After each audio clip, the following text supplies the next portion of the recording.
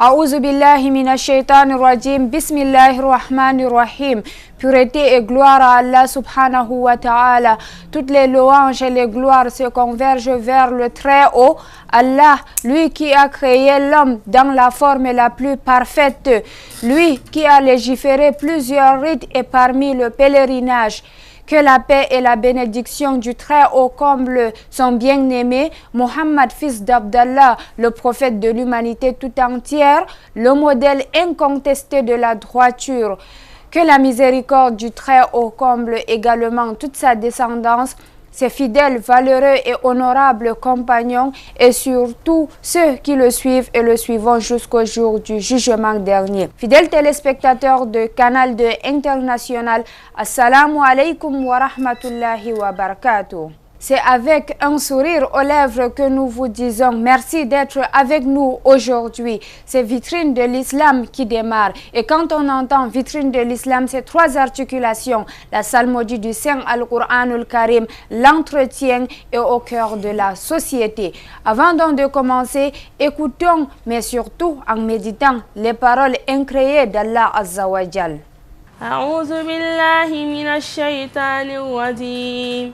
وأتموا الحج والعمرة لله فإن أحصرتم فما استيسر من الهدي ولا تحلقوا رؤوسكم حتى يبلغ الهدي محله ومن كان منكم مريضا أو به أذى من رأسه ففدية من صيام أو صدقة أو نسك فإذا أمنتم فمن تمتع بالعمرة إلى الحج فما استيسر من الهدي ومن لم يجد فصيام 3 أيام في الحج و7 إذا رجعتم تلك 10 كاملة ذلك لمن لم يكن أهله حاضر المسجد الحرام واتقوا الله واعلموا أن الله شديد العقاب.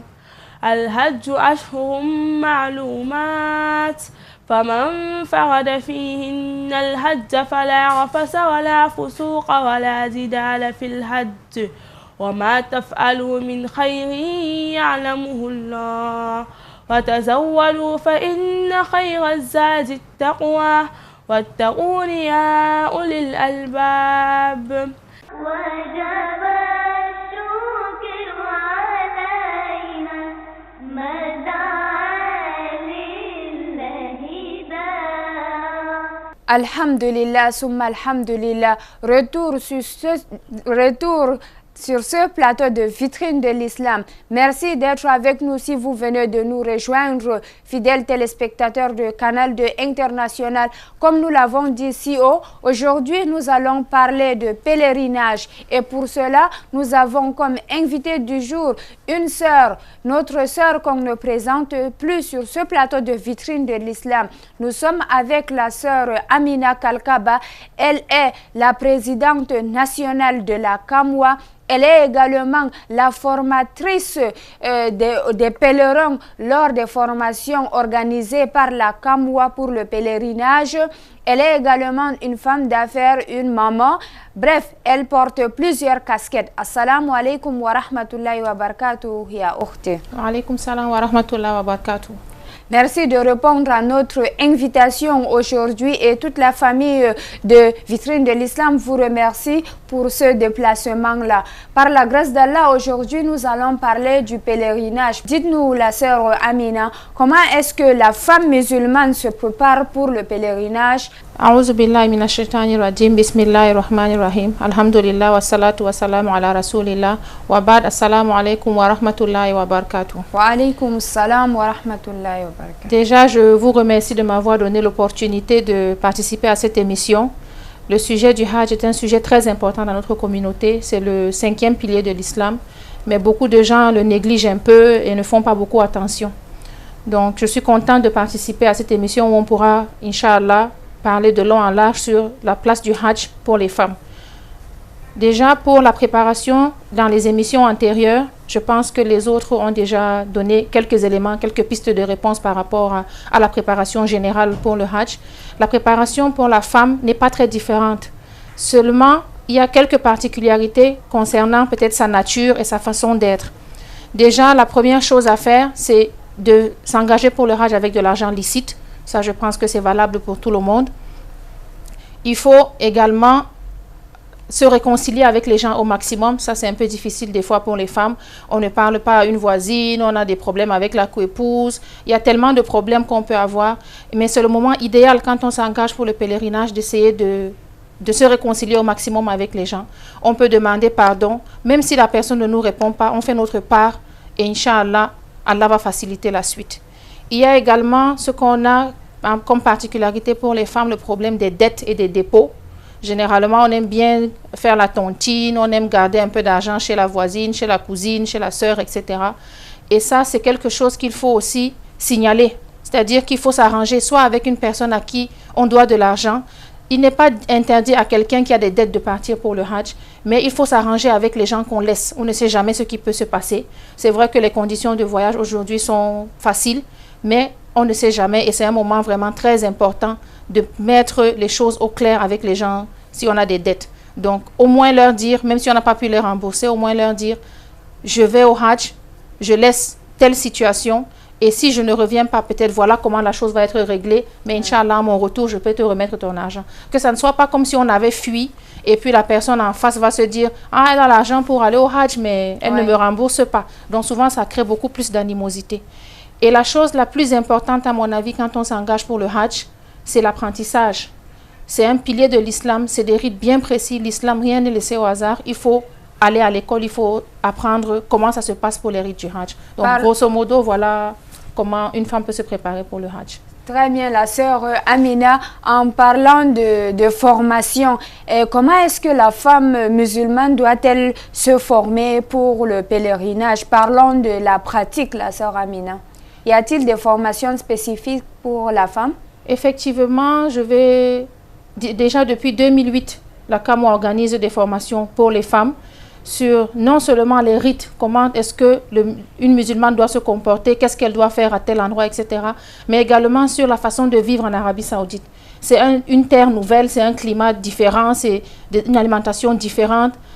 Qu'est-ce qu'on doit faire, comment on doit se préparer et comment on va faire pour vivre dans les meilleures conditions pendant un mois dans un pays qu'on ne connaît pas forcément. Donc on organise des formations au niveau de la CAM, des formations pratiques, théorie pendant 5 jours et pratique pendant 2 jours, où les participants ont la possibilité de simuler les rites. C'est vrai qu'on voit la Kaaba tous les jours à la télévision, mais on ne sait pas forcément qu'est-ce qu'on fait, où et comment. Donc on fait ces formations-là. Et puis, il ne faut pas négliger que dans les écoles coraniques, dans les écoles de madrasa, où beaucoup de femmes vont, et même dans les mosquées lors des prières de vendredi, quand la période arrive, c'est des sujets qui sont constamment entretenus par les imams et par les oustas. Donc il y a beaucoup d'endroits pour apprendre les rites du pèlerinage. Mais jusqu'à présent, je ne sais pas s'il y a beaucoup de personnes qui font la pratique en elles-mêmes, la simulation. C'est très important aussi d'identifier où est la porte de la Kaaba, qu'est-ce qu'on dit, qu'est-ce qu'on fait à tel niveau. Donc c'est un peu ça, mais il y a quand même des actions dans ce sens-là pour former les gens, Inch'Allah, au pèlerinage. Ce n'est seulement pas important, mais incontournable, la sœur Amina. Obligatoire, je dirais. On ne peut pas aller à la Mecque, le faire comme ça, sans avoir à apprendre, puisque un pèlerinage bien fait efface tous les péchés de la personne. Donc, il faut que toutes les dames aillent à l'école de l'apprentissage, comment faire le pèlerinage, si on comprend bien vos propos. Je vais même aller plus loin pour dire que apprendre les rites du pèlerinage, c'est une obligation. C'est une obligation, mais pas seulement quand on veut déjà aller au Hajj. C'est un pilier de l'islam. Aussi bien qu'on apprend à prier, on est censé connaître tous les éléments fondamentaux de notre religion. Là, vous avez évoqué quelque chose de très important, parce que beaucoup de femmes croient, et surtout celles qui n'en ont pas de moyens, elles ne se sentent pas concernées, la sœur Amina. Oui, il y en a qui sont surprises quand on vient leur dire un matin, donne-moi ta carte d'identité, je vais te faire le passeport, tu pars au Hajj. Elles n'étaient pas préparées. Donc, c'est quelque chose qu'on est censé apprendre naturellement. Parce que c'est un élément fondamental. Comme on sait faire la prière, voilà. On doit aussi savoir faire les rites du Hajj, on doit savoir qu'est-ce qu'on dit, qu'est-ce qu'on fait. Même si on ne va pas forcément y aller cette année, c'est possible que Allah nous appelle à une occasion qu'on ne s'attend pas. Donc c'est toujours mieux d'être prêt et c'est toujours une récompense d'apprendre les rites de notre religion. Alors, merci pour ces éclaircissements. Dites-nous, Yaorti, y a-t-il des spécificités dans les rites pour la femme ou bien la femme le fait comme tout homme? Oui, pour les rites par rapport au pèlerinage pour la femme, déjà on va commencer par l'habit d'ihram, par l'habit de sacralisation que les femmes portent. Les hommes, ils ont les 2 pagnes qu'ils doivent porter. Ils ne doivent pas porter des habits cousus, etc. Je suppose que dans les émissions d'avant, on en a discuté longuement. Pour la femme, il y a la particularité qu'elle peut porter tous les vêtements qu'elle veut, à condition qu'ils ne soient pas voyants, attirants, etc. Donc ornés si on veut. Donc, le voile est indiqué. Voilà, généralement l'habit que la femme a l'habitude de porter. En plus de ça, pendant les périodes de sacralisation, elle n'a pas le droit de fermer son visage avec un niqab et elle n'a pas le droit de porter des gants, c'est-à-dire fermer ses mains. Donc le visage et les mains doivent être à découvert. Particulièrement pour les femmes qui sont habituées à porter le niqab et que pour elles c'est gênant de se retrouver avec des hommes, etc. Il leur est autorisé, quand les hommes passent, de rabattre leur voile un peu sur leur visage, mais elles n'ont pas le droit de fixer un voile sur leur visage pendant la période de sacralisation. Donc il y a cette particularité, mais en dehors de ça, les rites, tous les rites qu'on fait pour le pèlerinage, le tawaf, le sa'yu, station à Arafat, la femme fait les mêmes rites que les hommes. En pratique, c'est les mêmes rites. C'est seulement au niveau de l'habillement, forcément, que les choses sont un peu différentes. Masha'Allah, quelle miséricorde d'Allah, la sœur Amina. Ça veut dire que les hommes ne dévancent pas les femmes dans le chantier d'Allah, si on comprend bien vos propos. Dites-nous alors, le jour J, en tant que femme, on se connaît, la sœur Amina, quand on voyage, c'est des valises et des valises qu'on embarque. Et quand on rentre aussi, c'est la même chose. Qu'est-ce qu'elle doit prendre et qu'est-ce qu'elle ne doit pas prendre? C'est qu'il faut faire le jour J, parlant des préparatifs pour le grand départ. C'est vrai que généralement, quand on s'engage pour le Hajj, il y a certains éléments qui nous poussent à prendre la dernière valise. On va prendre l'avion. Et puis, il y a des gens qui nous disent on va dormir à l'hôtel. Donc, on a l'impression qu'on est en train d'aller en vacances ou dans un endroit où on sera tellement à l'aise et tout. Et je me rappelle la première fois où nous avons fait le Hajj avec ma soeur, on avait un peu la même logique. Et puis, ma maman nous a dit, vous allez là, c'est pas comme vous imaginez. Donc, prenez vos babouches et prenez les habits qui sont vraiment, dans lesquels vous êtes à l'aise. Donc déjà, éviter au maximum de se surcharger. Ça, c'est la première chose. Des fois, on se dit, on va faire 1 mois à la Mecque. Donc, on doit prendre au moins 25 habits. Parce qu'on va porter 1 habit par jour, etc. Mais ce n'est pas indiqué. Parce que vraiment, c'est un endroit où ce n'est pas notre maison. On n'aura pas le même confort. On n'aura pas forcément les mêmes dispositions qu'à la maison. Et en plus, on est dans un climat qu'on ne maîtrise pas forcément. Ce n'est pas les mêmes habits forcément qu'on porte au Cameroun qu'on va plutôt porter là-bas. Donc l'idéal, c'est de prendre maximum 2, 3 complets. Généralement, quand on le dit au séminaire, les gens se moquent de nous. Ils nous disent, mais 3 complets juste pour aller rester 1 mois en Arabie Saoudite. Mais alhamdoulilah, on a la facilité d'acheter des abayas vraiment très moins chers et de bonne qualité si on en a besoin. Mais on ne va pas là-bas pour se pavaner. On prend juste l'essentiel. Le strict minimum, donc une petite valise de bagages à main qu'on pourra mettre 3 complets, le nécessaire pour la toilette, surtout en évitant de prendre des produits qui sont prohibés. Et puis, juste des chaussures confortables, 1 paire ou 2 paires de chaussures, des chaussettes pour si on a froid. Vraiment une petite valise qui comporte le strict minimum. Et surtout, dans ces bagages, ne pas oublier son livret des invocations ou son manuel. Par exemple, on a des manuels que nous offrons lors des séminaires de Hajj pour rester dans la logique du pèlerinage, pour au moins toujours avoir son document pour savoir pourquoi on fait ce voyage-là. Donc vraiment le minimum, le strict minimum, 3 complets, 1 serviette, 1 paire de draps, vraiment le plus petit bagage possible. Merci, la sœur Amina. On en a fini avec la valise. Et qu'en est-il alors des proches, la famille, l'entourage? Comment est-ce qu'on doit se séparer de ces derniers-là? Déjà, quand on va pour le Hajj, il y a une euphorie particulière dans la famille. Tout le monde est autour de nous. On se sent vraiment spécial. Mais je pense qu'il ne faut pas oublier l'essentiel. Il faut être très posé en partant pour l'aéroport. Sortir de chez soi vraiment très, concentré sur ce qu'on est en train d'aller faire. Ne pas oublier les invocations pour sortir de la maison. Et au maximum, ce qu'on peut faire pour la famille qu'on laisse derrière, ce n'est pas de leur apporter des chapelets ou bien de faire une liste de ce que chacun veut. Ou bien de prendre les bijoux de la tante pour aller changer en Arabie Saoudite. On est des femmes, on se comprend très bien. Mais c'est de savoir que chacune des personnes dans notre famille a peut-être telle difficulté et on porte son problème, Inch'Allah, à la Kaaba et on demande à Allah de résoudre son problème. C'est la meilleure chose qu'on peut offrir aux gens avec qui nous sommes. Savoir que ma soeur, elle a tel problème, elle a telle difficulté et je prends son problème, Inch'Allah, pendant la période où je serai en état de sacralisation, pendant la période où Allah se rapproche des gens le jour de Arafat, je vais invoquer Allah pour elle et Inch'Allah, la situation va s'améliorer. Donc c'est la meilleure des choses en fait.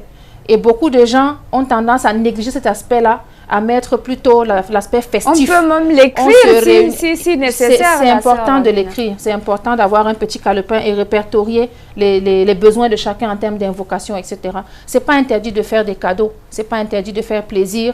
Mais la première chose la plus importante, c'est vraiment de demander à Allah d'alléger les difficultés de nos proches et de leur donner ce dont ils ont besoin et que ça soit un khair pour eux.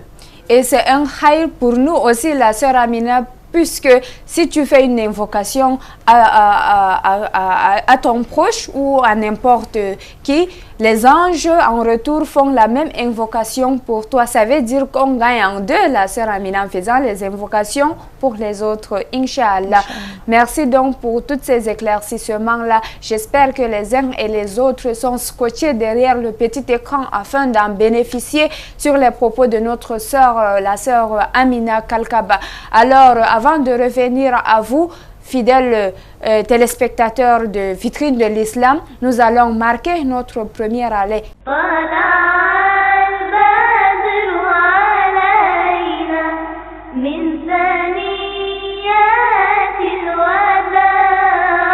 Assalamu alaikum wa rahmatullahi wa barakatuhu. Alhamdulillah, je dis Alhamdulillah une fois de plus. Déjà, le pèlerinage, c'est quoi? Le pèlerinage, c'est le 5e pilier de l'islam. Et ce pilier n'est pas obligatoire à tout le monde. C'est un pilier qui est obligatoire à ceux qui ont des moyens pour l'accomplir et à ceux à qui Allah subhanahu wa ta'ala facilite.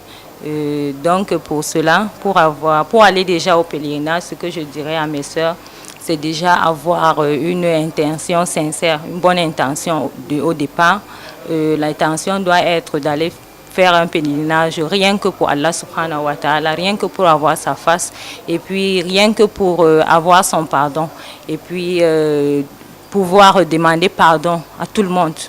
Parce que quand Allah t'appelle là-bas, ce n'est pas donné à tout le monde bien sûr, mais c'est souvent l'appel qu'on part répondre. Et quand il t'appelle vraiment, il faut demander pardon à tous ceux qui vous entourent. Tous ceux qui sont près de vous, il faut leur demander pardon. Et puis demander aussi que les autres vous pardonnent. Pour qu'Allah subhanahu wa ta'ala vous pardonne aussi. Et puis le troisième conseil que je donnerais, c'est il faut être outillé avant d'aller au pèlerinage. Il ne faut pas se lever un matin parce que j'ai des moyens, je vais au pèlerinage. Non. Il faut étudier, il faut connaître les obligations, les piliers, les obligations, les interdits. Comment est-ce que si je me comporte comme ça, qu'est-ce que je dois faire? Il faut savoir tout cela. Et puis aussi, il faut savoir aussi se comporter avec tous les autres. Parce que là-bas, quand arrivé au pèlerinage, on se mêle à plusieurs personnes, des milliers de personnes.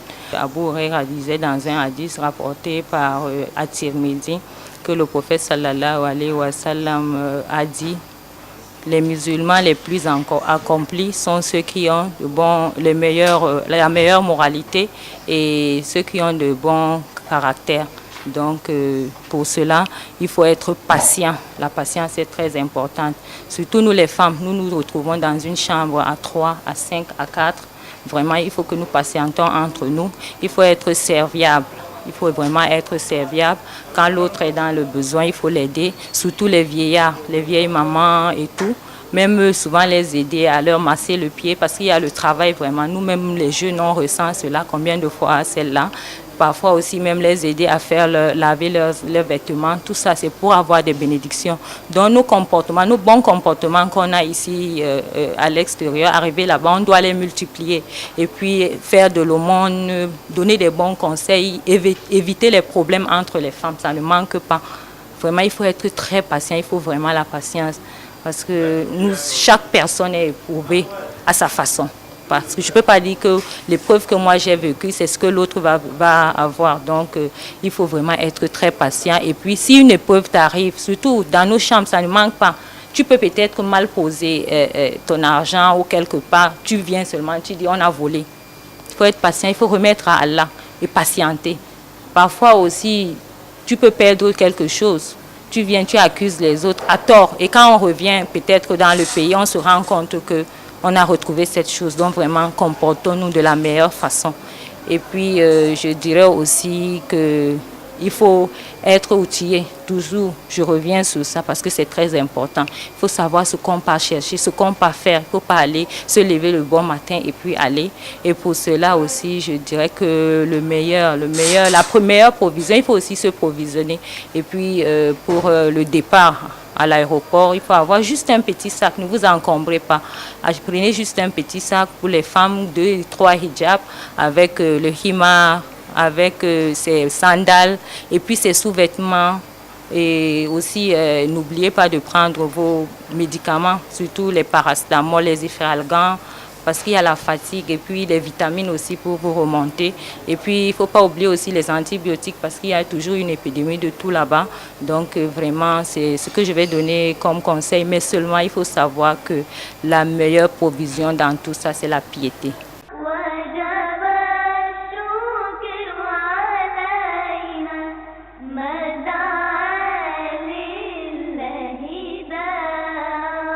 Alhamdulillah, summa alhamdulillah. Retour sur ce plateau de vitrine de l'islam. Nous sommes avec la sœur Amina Kalkaba. Elle est en train de nous entretenir sur le pèlerinage, particulièrement le hajj pour la femme musulmane. Elle a essayé là de brosser le sujet. Elle a parlé comment est-ce que la femme musulmane doit se préparer pour le pèlerinage. Y a-t-il des spécificités vis-à-vis des rites que la femme doit faire? Alors la sœur Amina, nous avons déjà fini avec les préparatifs, avec la maison, la famille. Ici au pays, qu'en est-il de là-bas, arriver à Médine par exemple? Comment est-ce qu'on gère la mixité arrivée à Médine, vu que l'islam n'accepte pas la mixité entre les femmes et les hommes plutôt? C'est vrai que quand on s'engage pour le pèlerinage, on a beaucoup de choses à mettre au point. Et quand on voit généralement à la télé les gens autour de la Kaaba qui font le tawaf, on ne réussit pas forcément à distinguer les hommes ou les femmes, etc. Et on se dit que tout le monde est mélangé. Mais le pèlerinage, pour les Camerounais, quand on va au pèlerinage, on commence généralement par Médine, pour la visite de la mosquée du prophète sallallahu alayhi wa sallam. Et à cet effet, on peut se rendre compte facilement qu'à Médine, les choses sont bien organisées. Il y a l'espace de la mosquée pour les femmes, et il y a l'espace pour les hommes. Ça n'a rien à voir avec ce qu'on voit par rapport à la Kaaba, etc. Donc, généralement, vous allez voir les espaces pour les femmes. Les hommes n'ont pas accès. Il y a des petites barrières, ou même si quelqu'un accompagne son épouse ou sa mère, ce qu'on voit souvent, ils sont tous de l'autre côté de la barrière pour attendre leurs épouses ou leur maman ou leur sœur. On a l'impression que c'est les enfants de la maternelle que les parents attendent de l'autre côté. Donc, il n'y a vraiment pas de mixité au niveau de la mosquée à Médine. Et même quand on va visiter le jardin du paradis à Raouda, quand on va visiter, c'est un espace qui est compris entre la maison et le mimbar du prophète sallallahu alayhi wa sallam. Quand on va visiter cet endroit qui n'est pas très grand, il y a un moment où les hommes ont accès et les femmes n'ont pas accès. Il y a un moment où on ferme l'accès aux hommes pour que les femmes puissent y entrer. Donc c'est vraiment très bien organisé au niveau de Médine. Et on se rend compte que les choses sont facilement gérables. Parce qu'honnêtement, il n'y a pas forcément les mêmes difficultés qu'à la Mecque. Donc à Médine, les choses sont vraiment bien ordonnées, bien gérées. Au niveau de la mosquée des femmes, ce sont des femmes qui servent de gardiennes et qui orientent les pèlerins. Et au niveau des hommes, c'est la même chose. Donc les choses sont vraiment bien cadrées. Et même quand on rentre dans les bus, généralement les femmes sont assises, même si on est dans le même groupe avec des hommes, les femmes sont assises au fond et les hommes sont assis à l'avant. Donc les choses sont vraiment, chacun a sa place en fait. Et qu'en est-il de la Mecque, la sœur Amina? À la Mecque, c'est un peu plus compliqué que ça. On va facilement être étonné de voir des rangs pendant la prière, parce que quand on appelle à la prière, les gens sont en train de faire le tawaf, d'autres sont en train d'arriver. C'est facile de retrouver des rangs où il y a 4 femmes, 5 hommes sur le même rang en fait.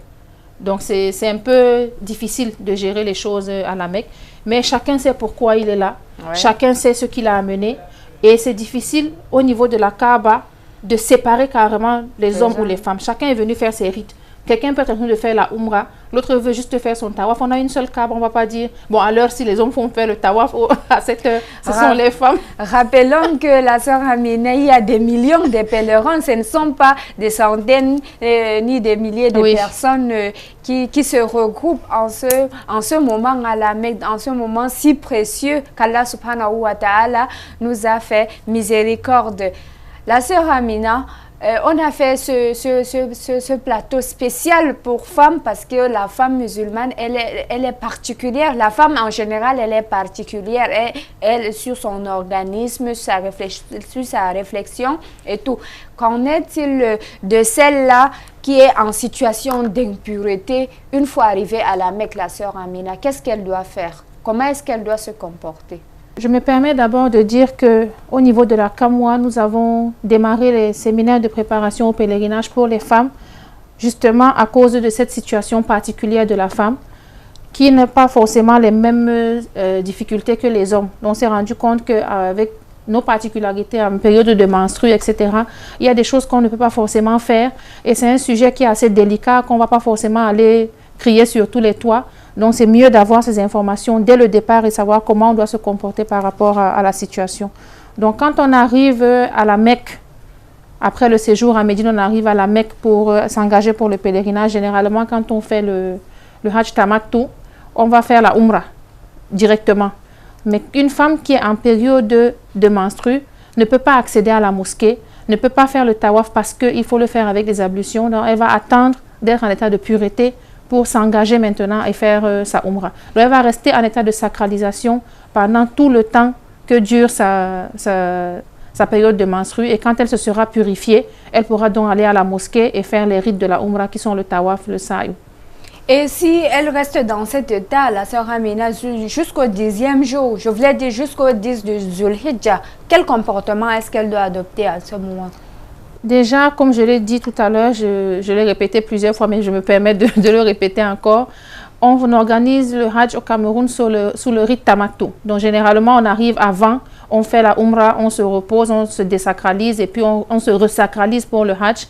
Mais là, dans ces conditions, quand on arrive en période de menstrue et qu'on ne peut pas visiblement faire la Umrah avant le Hajj et que le 8e jour est arrivé, on va juste changer d'intention et maintenant s'engager pour le Hajj Qiran, qui combine toujours le Hajj et la Umrah, mais cette fois-ci ensemble, au même moment. C'est-à-dire qu'au lieu de faire la Umrah, on se désacralise, on refait la sacralisation pour le Hajj et on va faire donc 2 tawafs si on fait le Hajj Tamattu. Mais dans ce cas, comme on n'a pas pu aller faire la Umrah avant, on va se faire l'intention du Hajj comme tout le monde. On va s'engager pour les rites du Hajj. Et quand on va revenir pour faire le tawaf, quand on sera en état de pureté, pour faire le tawaf du Hajj, ça sera en même temps le tawaf du Hajj et le tawaf de la Umrah. Le sa'i entre Safa Marwa sera en même temps le sa'i du Hajj et le sa'i de la Umrah. Donc la femme en état de menstrue, même si le 8e jour de Zulhijjah la trouve et qu'elle doit se déplacer avec tout le monde à Mina pour les rites du Hajj, elle va avec tout le monde, elle fait tous les rites qu'il y a à faire entre Arafat, Muzdalifa, c'est-à-dire hors de la Mecque. Mais quand elle revient à la Mecque, elle attend d'être en état de pureté pour entrer à la mosquée et faire les derniers rites du Hajj. Merci la sœur Amina. J'espère que les uns et les autres ont bien compris toutes ces explications. Dites-nous, qu'en est-il de celle qui est dans l'état de la métrorragie, la sœur Amina, puisque la femme a généralement ce problème-là. Une poignée de femmes, si on peut le dire, mais ça existe. Ce n'est ni les menstrues, ni les lochis, mais on appelle cela la métrorragie. Qu'est-ce qu'elle doit faire en ce moment? Déjà, pour la métrorragie, c'est un cas spécifique, c'est un cas à part. Au même titre que la prière, il y a une façon de se comporter quand on est en état de métrorragie, quand on souffre de cette maladie. Donc, c'est un peu le même principe que pour la prière. On attend, si les menstrues, ou bien disons que le sang s'écoule pour une période précise, qu'on sait que c'est ces jours-là qui sont nos jours réguliers, c'est-à-dire notre cycle normal. Les jours qui s'ajoutent et que ça ne s'arrête pas, finalement, on est dans une situation de métrorragie. Et dans ce cas-là, ce qui est préconisé, au même titre que la prière, on se purifie, on se protège correctement et à chaque fois qu'on veut faire la prière, on refait les ablutions. C'est la même situation quand on va pour le pèlerinage et qu'on souffre de cette maladie. on se protège, on doit déjà être sûr que ce n'est pas le sang des menstrues. Là, pour ça, il ne faut pas négliger. C'est possible que des fois, le cycle change un peu.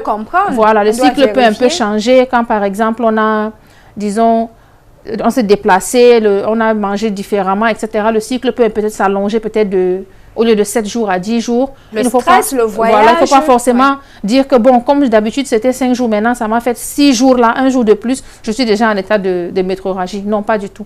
Il y a forcément des mécanismes pour savoir qu'on souffre de cette maladie-là. Et à cet effet, la femme qui vit cette difficulté, elle se purifie, elle se lave, pardon, elle se met propre, elle se protège avec du matériel nécessaire et elle va faire ce rite du pèlerinage, même si c'est dans la mosquée.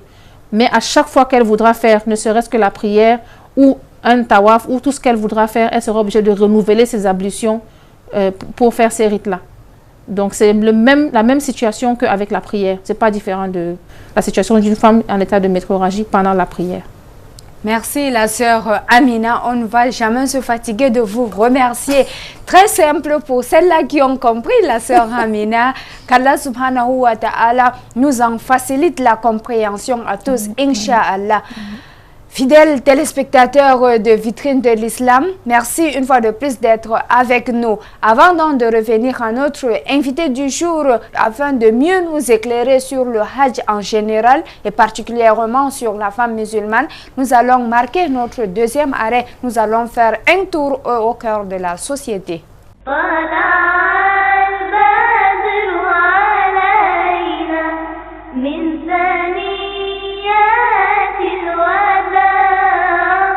Assalamu alaikum wa rahmatullahi wa barakatuh. Chères sœurs, le conseil que je peux donner vis-à-vis de mon expérience, de mon vécu du Hajj. Le Hajj est le 5e pilier obligatoire pour ceux qui ont les moyens. C'est une ni'ma qu'Allah donne à qui il veut. Lors de l'appel, wallahi, essayons de faire et de respecter toutes les recommandations et les normes prescrites par Allah. Tout d'abord, avant de voyager, je conseillerais à mes sœurs de se concentrer au maximum, de faire beaucoup de istighfar, afin qu'Allah puisse faciliter le voyage et aussi de demander pardon dans son entourage, ses connaissances, car nous savons tous que la relation humaine, on peut avoir offensé quelqu'un, que ce soit volontairement ou involontairement. Donc, c'est important de demander pardon avant de voyager. En ce qui concerne l'habillement, je recommande aux femmes d'avoir des robes, des longues robes, un peu comme la coutume arabophone leur demande, parce que les pagnes que nous avons ici n'est pas adapté. Bon. Et pour éviter aussi d'être remarqué, bon, et d'attirer les regards. Il y a aussi la couleur qui est importante. De préférence, la couleur sombre. Évitons le rose, les couleurs frappantes. Là, c'est pas bon pour le Hajj du tout. Et prenons aussi des chaussures ouvertes et à crampons, parce que nous savons très bien que dans le haram, dans la mosquée, que ce soit à Médine ou à Makka, le sol est très glissant. En ce qui concerne les aliments, il est préférable de ne rien prendre ici pour éviter de s'encombrer, parce que nous savons tous que votre charge sera uniquement transportée par vous et c'est chacun pour soi en fait. Donc les produits, vous pouvez les trouver, les denrées alimentaires, que ce soit boutique ou fait maison, aux alentours de la résidence, dans les hôtels, ou bien dans les environs du haram. En termes d'argent, il est préférable, nous savons tous que tout le monde voyage toujours avec l'argent, on a besoin de manger, de dépenser et après le Hajj de se faire quelques petits cadeaux. Bon, c'est conseillé d'avoir des cartes bancaires par précaution parce que en voyageant avec la liquidité c'est très dangereux, on court beaucoup de risques. Il y a les vols, les pertes, les égarements, ainsi de suite. Et on attire l'attention et nous savons que même à la Mecque, ou à Médine, il y a quand même des des malfaisants. Donc, bon, nous avons aussi le côté communication qui est bien important. C'est vrai qu'en termes de communication, pour être constamment en contact avec sa famille, nous avons WhatsApp de nos jours. Bon, c'est préférable de contacter la famille en fin de journée. Quand vous avez déjà fini vos rituels, votre ibada, vous êtes déjà rentré dans l'hôtel, vous êtes de repos, là vous pouvez avoir des salutations et des informations par rapport à votre famille que vous avez laissée. Donc évitons de tout le temps se connecter à WhatsApp, se filmer ou envoyer des photos, poster des photos sur WhatsApp en journée pendant les rituels ou bien sur Facebook, ce que font la plupart des gens. Cela affecte la concentration pour ma part. C'est pas conseillé. Bon. Et aussi certaines femmes qui prennent la peine de prendre des bijoux des autres pour faire les échanges de l'autre côté. Bon, en termes de amana, c'est un peu délicat.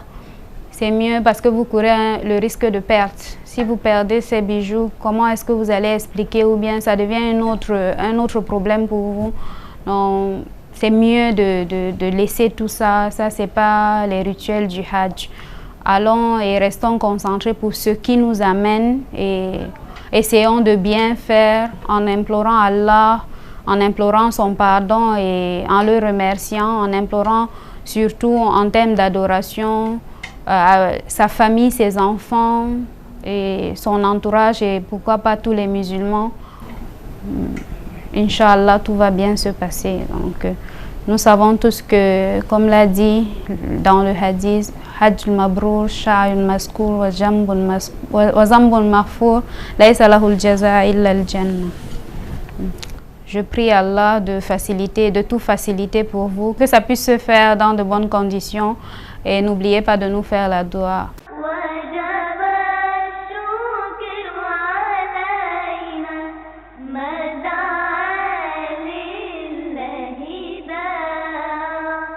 Alhamdulillah, summa alhamdulillah, retour sur ce plateau de vitrine de l'islam et merci d'être avec nous. Si vous venez de nous rejoindre, nous vous rappelons là que c'est un grand dossier qui a été ouvert pour couvrir l'événement du pèlerinage. Nos frères ont essayé de parler de long en large dans les émissions précédentes du pèlerinage en général, les rites, comment ça se passe, les préparatifs et bien d'autres. Et nous, aujourd'hui, par la grâce d'Allah, on a essayé de parler sur la femme, la particularité de la femme. Comment est-ce que la femme musulmane doit préparer son pèlerinage d'ici au pays, arriver à Médine, à la Mecque. C'est tout un voyage, la sœur Amina, que nous sommes en train là de faire avec nos téléspectateurs. Et qu'Allah subhanahu wa ta'ala nous en facilite la compréhension et qu'il nous donne un pèlerinage agréé. Vous avez essayé là d'évoquer les problèmes que les femmes rencontrent généralement sur le terrain, les métrorragies, les écoulements sanguins comme les menstrues, les lochies, même pour certaines, la sœur Amina. Alors, peut-elle prendre des médicaments pour éviter tout cela avant de partir, puisque la médecine est très avancée et les médecins nous font comprendre qu'il y a certaines pilules qu'on peut prendre pour éviter tous ces écoulements-là. Est-ce que c'est permis, la sœur Amina? Oui, je dirais que c'est un sujet un peu délicat. C'est vrai que depuis 2008 que nous organisons les séminaires, nous avons souvent découragé les femmes d'avoir recours à ces médicaments. Surtout que beaucoup parmi ces femmes-là ne vont pas forcément faire des examens et prendre des médicaments appropriés à leurs conditions. Il y en a qui vont juste à la pharmacie ou à la boutique du coin demander des pilules et puis elles les prennent à tort et à travers. C'est d'ailleurs des fois une raison à la métrorragie que certaines rencontrent. Il y a des femmes qui prennent ces pilules-là et finalement le sang ne s'arrête plus. Donc elles ont des difficultés. Mais dernièrement, nous avons pu contacter des oulémas ici à Douala qui nous ont dit, et même des fatwas qui ont été faites par rapport à la question, contrairement à la prise de la pilule pendant le mois de Ramadan, qui n'est pas permis parce qu'on a la possibilité de remplacer ces jours-là. Le Hajj, on le fait une seule fois on se prépare vraiment pour faire le Hajj. Et des fois, il y a des gens qui n'ont pas la possibilité d'y retourner. Donc, il y a une fatwa par rapport à ça qui permet aux femmes de prendre des médicaments pour retarder l'arrivée des menstrues, pour leur permettre au moins de faire les rites du Hajj correctement. Seulement, là, j'insiste pour dire qu'il faut se faire examiner. Il faut aller à l'hôpital. Il faut savoir comment prendre, quelle dose prendre, pourquoi, comment, etc. par rapport à notre organisme. Il ne faut pas prendre des médicaments à la légère, c'est très dangereux. Il faut voir dans des spécialistes. Oui, parce que sinon, ça peut avoir vraiment l'effet contraire. Ça peut marcher, mais ça peut avoir l'effet contraire. Et généralement, peut-être, c'est un problème de foie ou je ne sais pas trop comment le prendre, mais nous avons l'habitude de dire à ces femmes-là, et expérience à l'appui, quand tu prends ton eau de Zamzam, tu demandes à Allah de te faciliter les choses. Inch'Allah, ça se facilite. Vraiment, expérience à l'appui. C'est vrai que la pilule aide, mais nous tous, nous savons la valeur du Zamzam. Quand on arrive à Médine et qu'on se dit peut-être la situation va être compliquée, peut-être que la période va arriver au moment où on va aller faire le Hajj, prenons le Zamzam. Même si on a pris la pilule, rien ne garantit. Ouais. Prenons le Zamzam, faisons notre doa, demandons à Allah de nous faciliter le Hajj et Inch'Allah, ça va aller. Des fois, on néglige les bonnes choses qu'on a à notre portée et qui ne sont... Le Zamzam, c'est gratuit quand on est à Médine. Mais il faut aller à l'hôpital pour acheter les pilules. Donc, je veux dire, les gens ont tendance à vouloir s'accrocher à des choses plus scientifiques. C'est-à-dire la foi est un peu... Et plus coûteux. On se dit que peut-être ça ne va pas marcher, on doute un peu. Mais si on y croit, Wallah, ça marche. Donc, c'est autorisé, mais il faut vraiment prendre des précautions par rapport à ça.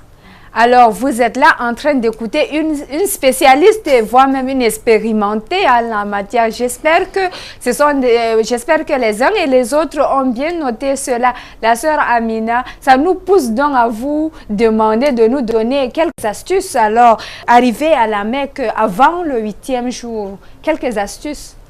Avant le 8e jour, quand on est déjà passé par Médine, beaucoup de pèlerins, de femmes ont l'impression que la vie est aussi simple à la Mecque qu'à Médine. Quand on arrive Médine, machallah, c'est un petit havre de paix. Tout le monde est gentil, le climat est doux, tout est vraiment différent à Médine.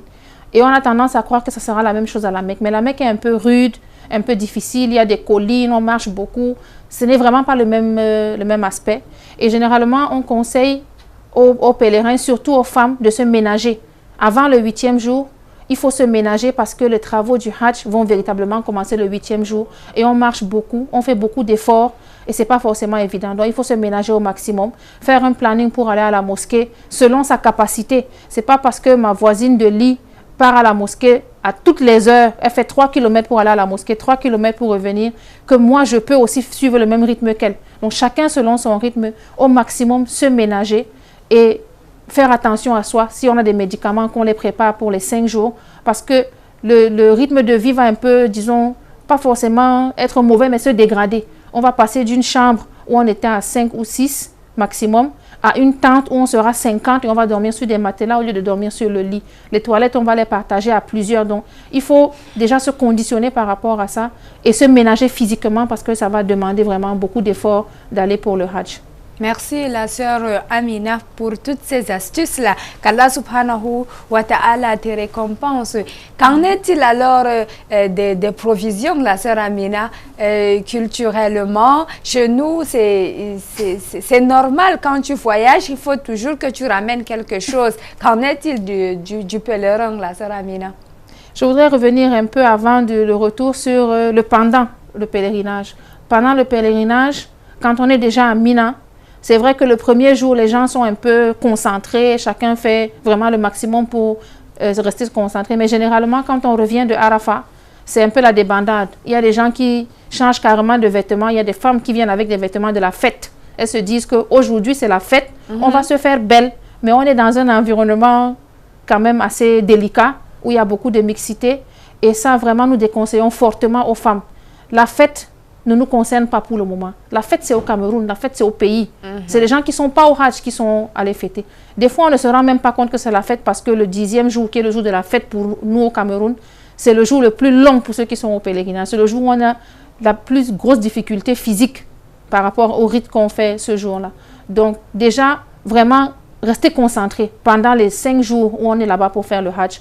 Restez concentrés au maximum. Le Hajj se passe durant les 5 jours. Ce n'est pas seulement quand on a fini Arafat qu'on a fini avec les rites du Hajj. Donc, je voudrais revenir quand même là-dessus parce que c'est très important. Maintenant, pour les achats, question très cruciale et très compliquée. Généralement, on se dit qu'il faut amener le tasbir ou le chapelet à tel. Et surtout, il faut amener le abaya à tel. shopping. Oui, il faut amener ceci. Mais on se rend compte que finalement, à un moment donné, on a l'impression que l'argent est même fini. Il faut qu'on fasse les rapatriements de fonds du pays. Parce que ce n'est pas forcément évident. C'est vrai que je dis toujours, c'est bon de faire des cadeaux.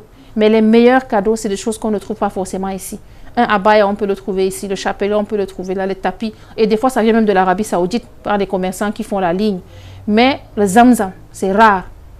Si vous ramenez du zamzam à quelqu'un qui est malade, quelqu'un qui a une difficulté, wallah, vous avez donné beaucoup à cette personne-là, ne serait-ce qu'un peu. Les dates adjoua, qui sont très importantes et qu'on ne trouve que là-bas, qui ne sont pas d'ailleurs données, le prix est très élevé. Les dates, c'est très important. C'est vrai que c'est un peu lourd, mais il y a des gens, c'est l'occasion. Si on peut faire des cadeaux, il faut y aller. Ce n'est pas interdit. Mais vraiment, prenons l'essentiel et ne nous embrouillons pas à prendre des choses qu'on trouve aussi ici. Maintenant, il faut être prêt à payer le prix des choses qu'on va ramener. Ouais. Parce que des fois, quand on a la chance, la compagnie vous dit 1 kilo supplémentaire, c'est 6 000 francs. 1 kilo, nous tous, on sait très bien ce que c'est, quoi. Vous pouvez acheter quelque chose à 1 000 francs et puis vous payez 6 000 francs pour ramener cette chose-là. En plus, il y a des moments où la compagnie vous dit carrément, vous ne pouvez pas avoir d'excédent de bagages. Vous êtes obligé de jeter, de laisser ce que vous avez pris en surplus là-bas. Et c'est le gaspillage. On a tendance à rigoler avec mes sœurs et les femmes de la Kamwa. On se dit, quand on est allé pour peser nos bagages la veille du départ de Makka, quand on rentrait du Hajj, on avait l'impression que c'était le jour des comptes. On avait l'impression qu'on allait peser nos comptes. Parce que chacun avait peur que la balance dit 52 kilos et on te dit de payer 2 kilos. Donc finalement, on était stressés. Ça, c'est des choses que nous-mêmes, on a achetées et qu'on veut ramener. Combien de fois nos actes que le jour où la balance va être posée. On ne peut plus réparer. Donc, il faut vraiment faire la part des choses et ramener vraiment l'essentiel. C'est ça qui est important. Inch'Allah. Inch'Allah, merci une fois de plus la sœur Amina. Nous allons donc clôturer cet entretien-là par l'après-pèlerinage. Qu'est-ce qui se passe après avoir fini le pèlerinage officiellement, la sœur Amina? Quand on a terminé les rites et qu'on est rentré au pays, je ne vais pas revenir sur les grandes fêtes et les yaïs et tout ce qu'on fait. Je ne vais pas revenir dessus. Tout ce qui est exagération. Je vais juste revenir sur ce qu'on est censé être en ayant fait le pèlerinage. Si honnêtement on a fait son hajj pour plaire à Allah, si on a fait son hajj pour respecter ce qu'Allah nous a demandé de faire, si on l'a fait dans les conditions que le prophète Mohammed sallallahu alayhi wa sallam nous a enseignées, on revient une personne changée. On revient une personne totalement différente par rapport à tout ce qu'on a vécu là-bas et par rapport à ce que Allah a mis en nous. En tant que nouveau-né, on revient comme un nouveau-né en fait. Donc c'est une seconde chance pour nous de prendre les bonnes habitudes et de s'éloigner des mauvaises, personnes, des mauvaises choses qu'on avait l'habitude de faire. Quand quelqu'un fait le hajj et qu'il rentre et qu'il retombe dans les mêmes difficultés, il doit se poser des questions. Est-ce que j'ai fait vraiment ce hajj sincèrement? Donc il faut que quand la personne rentre, elle se sente changée, elle se sente plus proche de Allah, plus proche de l'islam, plus proche des valeurs de l'islam que d'autres choses. Donc en gros, c'est ça, chacun peut faire son auto-évaluation et c'est très important de le faire. On n'est pas sûr qu'on aura l'occasion d'y retourner et le hajj, c'est un raccourci vers le paradis, Inch'Allah. Qu'Allah nous facilite, qu'Allah nous donne la force de respecter les choses comme elles doivent être. Allahumma amin. Merci la sœur Amina. Qu'Allah subhanahu wa ta'ala vous récompense pour tous ces propos-là, qu'il inscrit cet instant d'adoration-là dans nos bonnes œuvres, Inch'Allah. Nous vous remercions et toute la famille vitrine de l'islam vous remercie, Inch'Allah. Avant de partir, nous allons très rapidement prendre votre mot de fin, Inch'Allah. Oui, comme mot de fin, je vais revenir sur l'apprentissage qui est très important. J'insiste beaucoup là-dessus. Il faut que nous sachions ce que notre religion nous apprend par rapport au pèlerinage. Ce n'est pas seulement quelqu'un qui est engagé pour le pèlerinage qui doit se former par rapport au hajj, c'est tout le monde. Et je suis un peu déçue de voir qu'il n'y a pas trop de mouvements autour des formations pratiques. Jusqu'à présent, depuis 2008, comme je le disais, nous organisons ces formations pratiques. Et alhamdoulilah, depuis 2011, avec des partenariats de la LICAM et du PDSE, nous organisons également pour les hommes. Mais jusque-là, ce n'est pas suffisant, ce n'est pas assez. On a 3500 pèlerins environ qui partent au Hajj chaque année, mais on est réussi à former que maximum 300 personnes. Donc, c'est vraiment dérisoire, quoi. Et je voudrais vraiment appeler tous les responsables d'associations, tous les imams, tous les responsables religieux à faire un effort par rapport à ça, à former les pèlerins, les gens par rapport au pèlerinage, à vraiment insister pour que un musulman soit conscient de ce que signifient les 5 piliers de l'islam au complet et pas seulement de certains parmi eux. Qu'Allah nous facilite. Allahumma amin. Qu'Allah nous facilite et qu'il nous comble de sa miséricorde. Frères et sœurs en iman, merci d'être avec nous. Notre émission d'aujourd'hui arrive à sa fin. Merci à notre sœur. J'espère que les sœurs ont bien profité de cet entretien-là. Avant donc de partir, nous allons remercier la grande association, donc la CAMWA, dont elle est la présidente nationale, et PDSE, Programme de développement social et économique de la communauté musulmane. Avant donc de partir, nous allons méditer sur ce hadith. Le hadith a été rapporté par Abu Abdurrahman Abdullah bint Omar ibn al-Khattab, qu'Allah les agrée tous. Il dit, il a écouté que le messager d'Allah sallallahu alayhi wa sallam a dit: l'islam est fondé sur 5, l'attestation de foi qu'il y a un seul Dieu et que Muhammad est son messager, la prière, le jeûne du mois de Ramadan, la zakat et enfin le pèlerinage.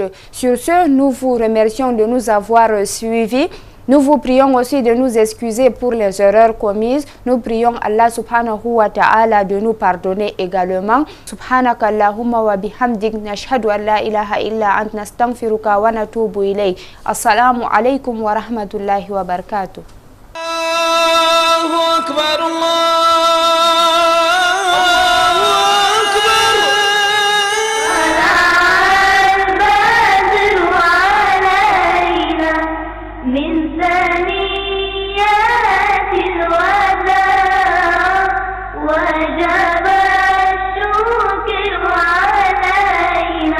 ماذا